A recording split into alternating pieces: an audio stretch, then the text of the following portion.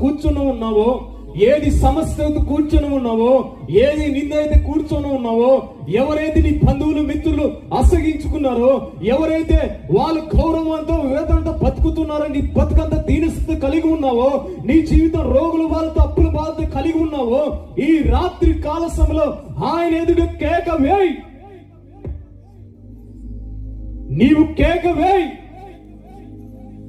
కేక వేస్తే దేవుడు వాటిని విడిపించే దేవుడు ఆయన.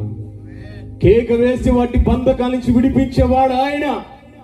ఎందుకంటే నీ బ్రతుకులో నీ జీవితాన్ని మొత్తం తెలుసు ఆయనకు. మన గుడ్డివాడు త్రోవపక్కలో ఉన్నాడని తెలుసు ఆయనకు. అనేక జనములను ఉన్నాడని తెలుసు. ఎందుకు కేక వేయాల్సి వచ్చింది? ఎందుకు కేక వేయాల్సి వచ్చిందంటే, వాడు కేక వేయగా దేవుడు నిలిచాడా, దాటి వెళ్ళి పోయాడా?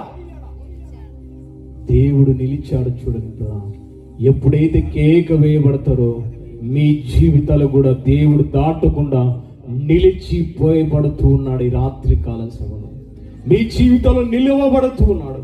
మీ బ్రతుకులో నిలువబడుతూ ఉన్నాడు. మీ జీవితాలు కట్టబడుతూ ఉన్నాడు. మీ అప్పులు బంధకాల నుంచి ఆయన విడిపించబడుతూ ఉన్నాడు. ఈ రాత్రి కాల సమయంలో ఏ స్థితి కలిగి ఉన్నావో ఒక్కసారి యోచించుకోము. అక్కడ ఏమంటున్నాడంటే, నేను నీకు ఏమి కోరుచున్నావు, ఏమి చేయాలని కోరుచు ఉన్నావు, ఏమి కావాలని కోరుచు ఉన్నావు.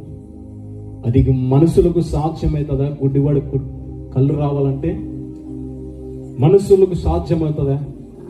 ఏ డాక్టర్లు కూడా సాధ్యం కాదు. డాక్టర్లు కూడా అది ఏం